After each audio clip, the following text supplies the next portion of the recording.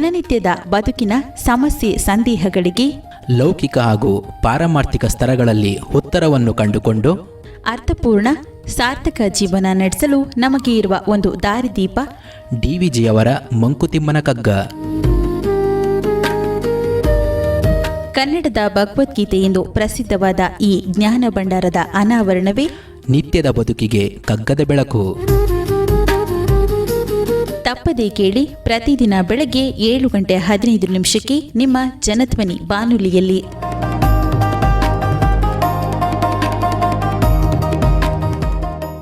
ಆತ್ಮೀಯ ಶ್ರೋತೃಗಳಿಗೆ ನಮಸ್ಕಾರ, ಸುಪ್ರಭಾತ.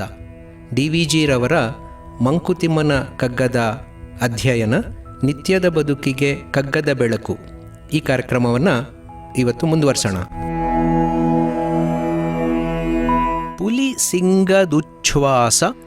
ಪುಲಿಸಿಂಗದುಚ್ಛ್ವಾಸ ಹಸು ಹುಲ್ಲೆ ಹಯದ ಉಸಿರು ಹುಳು ಹಾವು ಇಲಿಯ ಸುಯಿಲು ಹಕ್ಕಿ ಹದ್ದು ಉಯಿಲು ಕಲೆತಿರ್ಪುವು ಈ ಎಲ್ಲ ನಾಂ ಉಸಿರ್ವ ಎಲೆರಿನಲಿ ಕಲಬೆರಕೆ ಜಗದುಸಿರು ಮಂಕುತಿಮ್ಮ.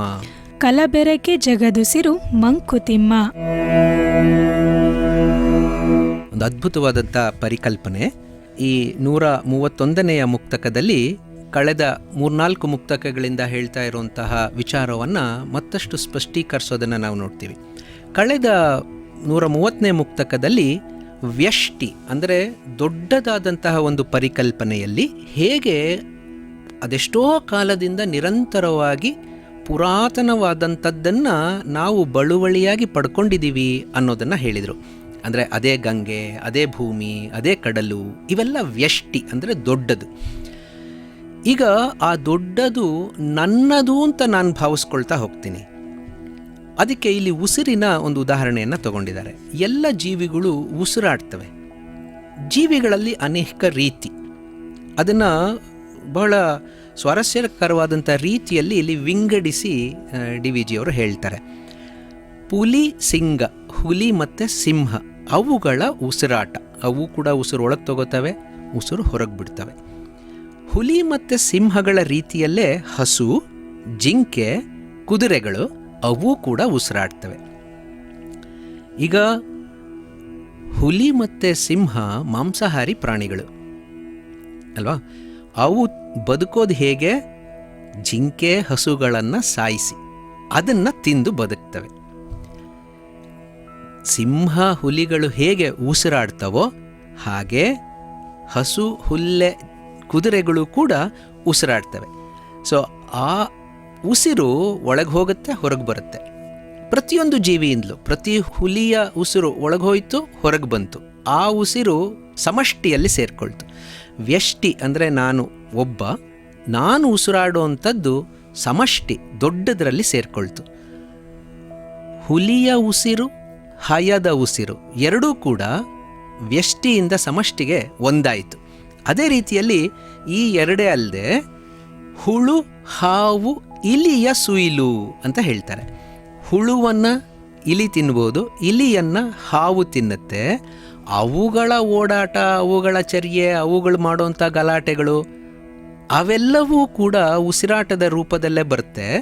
ಹಾಗೆಯೇ ಹಕ್ಕಿ ಹದ್ದುಗಳ ಉಯಿಲು, ಅವುಗಳ ಒಂದು ಸೌಂಡ್ ಏನು ಬರ್ತಾ ಇದೆಯೋ ಅವು ಎಲ್ಲವೂ ಕೂಡ ಬರ್ತಾ ಇರುವಂಥದ್ದು. ನಾವು ಯಾವುದೇ ಶಬ್ದ ಹೊರಗೆ ಬರಬೇಕಾದ್ರೆ ಅದು ನಮ್ಮ ಗಾಳಿ ನಮ್ಮ ಶರೀರದ ಒಳಗೆ ಹೋಗಿ ಅದು ನಮ್ಮ ಧ್ವನಿ ಪೆಟ್ಟಿಗೆಯ ಮೂಲಕ ಧ್ವನಿಯಾಗಿ ಮಾರ್ಪಟ್ಟು ಹೊರಗಡೆ ಬರ್ತವೆ. ಸೊ ಹಾಗೆ ಉಸಿರು ಒಳಗಡೆಗೆ ಹೋಗಿ ಹೊರಗೆ ಬರ್ತಾ ಇದೆ ಅಥವಾ ಮಾತು ನಾನು ಆಡ್ತಾ ಇದ್ದೀನಿ ಅಂತಂದರೆ ಗಾಳಿ ನನ್ನ ಒಳಗೆ ಹೋಗುತ್ತೆ, ಹೊರಗೆ ಬರುತ್ತೆ.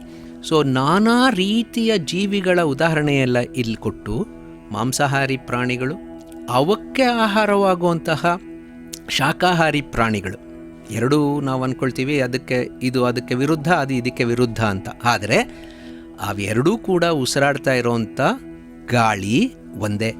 ಹಾಗೆ ಹಾವು, ಹುಳುಗಳು ಇಲಿಗಳು, ಹಕ್ಕಿಗಳು ಅವೆಲ್ಲವೂ ಕೂಡ ಸದ್ದು ಮಾಡ್ತಾ ಓಡಾಡ್ತಾ ಇವೆ ಅಂತಂದರೆ ಅವು ಉಸಿರಾಡ್ತಾ ಇವೆ. ಅವು ಕೂಡ ಆ ಉಸಿರನ್ನು ತಮ್ಮ ಒಳಗಡೆಗೆ ತಗೊಂಡು ಹೊರಗಡೆಗೆ ಹಾಕ್ತಾ ಇವೆ. ಸೊ ನಾವು ಸಮಷ್ಟಿಯ ವಾಯುವನ್ನು ನೋಡಿದಾಗ ವ್ಯಷ್ಟಿಗಳ ಉಸಿರು ಅದರಲ್ಲಿ ಸೇರ್ತಾ ಬರ್ತಾ ಇವೆ. ಸೊ ಎಲ್ಲ ಉಸಿರಾಡ್ತಾ ಇರುವಂಥ ಜೀವಿಗಳ ಹೊರ ಉಸಿರು ಎಕ್ಸ್ಪಿರೇಷನ್, ಎಕ್ಸ್ಪೈರ್ಡ್ ಏರ್ ಇನ್ನೊಬ್ಬ ಜೀವಿಯ ಇನ್ಸ್ಪೈರ್ಡ್ ಏರ್ ಆಗ್ತಾ ಇದೆ. ನಾನು ಉಸಿರು ಒಳಗಡೆ ತಗೋತಾ ಇದ್ದೀನಿ ಅಂತಂದರೆ ಆ ಉಸಿರಿನಲ್ಲಿ ಗಾಳಿ ಇದೆ. ಆ ಗಾಳಿ ಬೇರೆ ಎಷ್ಟೋ ಪ್ರಾಣಿಗಳು ಹೊರ ಹಾಕಿದಂತಹ ಗಾಳಿ, ಅದನ್ನು ನಾನು ತಗೊಳ್ತಾ ಇದ್ದೀನಿ. ಸೊ ಸಮಷ್ಟಿ ವಾಯುವು ನನ್ನ ಜೀವದ ಒಳಗೆ ವ್ಯಷ್ಟಿಯ ಒಳಗಡೆ ಬರ್ತಾ ಇದ್ದು ಅದು ಹೊರಗಡೆಗೂ ಹೋಗ್ತಾ ಇದೆ, ಮತ್ತೆ ಅದು ಸಮಷ್ಟಿಯಲ್ಲಿ ಒಂದಾಗ್ತಾ ಇದೆ. ಆ ಗಾಳಿಗೆ ಇದು ಮಾಂಸಾಹಾರಿ ಪ್ರಾಣಿ, ಇದು ಶಾಕಾಹಾರಿ ಪ್ರಾಣಿ ಅನ್ನುವಂಥ ವ್ಯತ್ಯಾಸ ಇಲ್ಲ, ಎರಡೂ ಬೆರ್ಕಂಡೆ ಬರ್ತಾ ಇದೆ. ಮಾಂಸಾಹಾರಿ ಪ್ರಾಣಿಯ ಉಚ್ಛ್ವಾಸ ಅಂದರೆ ಅದು ಹೊರಗಡೆ ಹಾಕಿದಂಥ ಗಾಳಿಯನ್ನು ಹಸು ಒಳಗಡೆ ತಗೊಂಡಾಗ ಹಸುವಿಗೇನೋ ಕಾಯಿಲೆ ಬಂದ್ಬಿಡ್ತಾ ಅಂದರೆ ಇಲ್ಲ, ಏನೂ ಬರ್ತಾ ಇಲ್ಲ. ಯಾಕೆ? ಗಾಳಿ ಎಲ್ಲದಕ್ಕೂ ಒಂದೇ.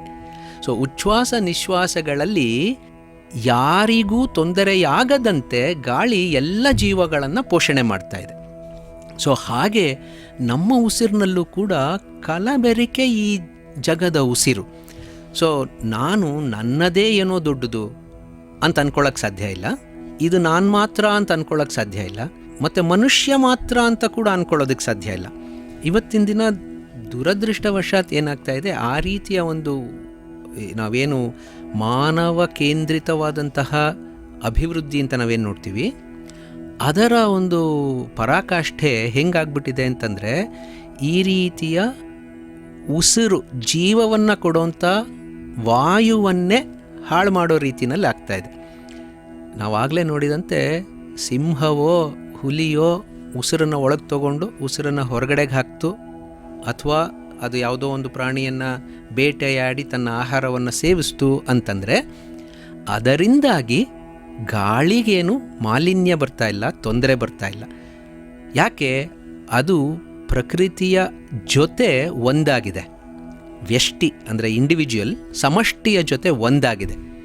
ಮಾನವ ದುರದೃಷ್ಟವಶಾತ್ ಆ ಒಂದು ಪರಿಕಲ್ಪನೆಯಿಂದ ಕಾಲಕ್ರಮೇಣ ದೂರವಾಗ್ತಾ ತನ್ನದೇ ಬಹಳ ಮುಖ್ಯ ಅನ್ನೋಂಥ ಒಂದು ಸ್ವಾರ್ಥ ಕೇಂದ್ರಿತವಾದಂಥ ಚಟುವಟಿಕೆಗಳನ್ನು ಮಾಡ್ತಾ ಇರೋದ್ರಿಂದ ಈ ವಾಯು ಅನ್ನೋದೇ ಒಂದು ಮಲಿನವಾಗುವಂಥ ಪರಿಸ್ಥಿತಿಗೆ ಬಂದಿದೆ.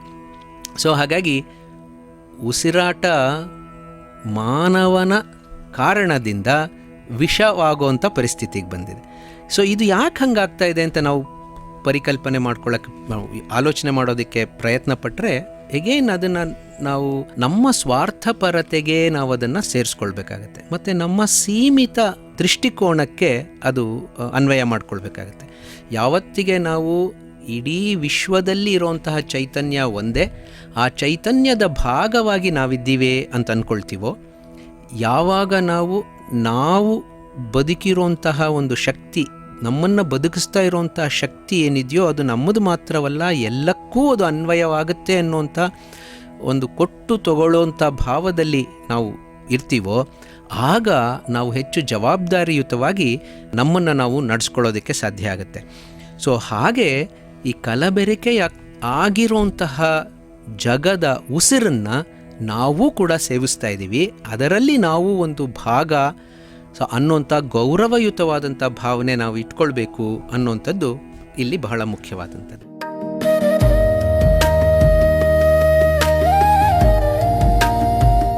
ದಿನನಿತ್ಯದ ಬದುಕಿನ ಸಮಸ್ಯೆ ಸಂದೇಹಗಳಿಗೆ ಲೌಕಿಕ ಹಾಗೂ ಪಾರಮಾರ್ಥಿಕ ಸ್ತರಗಳಲ್ಲಿ ಉತ್ತರವನ್ನು ಕಂಡುಕೊಂಡು ಅರ್ಥಪೂರ್ಣ ಸಾರ್ಥಕ ಜೀವನ ನಡೆಸಲು ನಮಗೆ ಇರುವ ಒಂದು ದಾರಿದೀಪ ಡಿವಿಜಿಯವರ ಮಂಕುತಿಮ್ಮನ ಕಗ್ಗ. ಕನ್ನಡದ ಭಗವದ್ಗೀತೆ ಎಂದು ಪ್ರಸಿದ್ಧವಾದ ಈ ಜ್ಞಾನ ಭಂಡಾರದ ಅನಾವರಣವೇ ನಿತ್ಯದ ಬದುಕಿಗೆ ಕಗ್ಗದ ಬೆಳಕು. ತಪ್ಪದೇ ಕೇಳಿ, ಪ್ರತಿದಿನ ಬೆಳಗ್ಗೆ 7:15 ನಿಮ್ಮ ಜನಧ್ವನಿ ಬಾನುಲಿಯಲ್ಲಿ.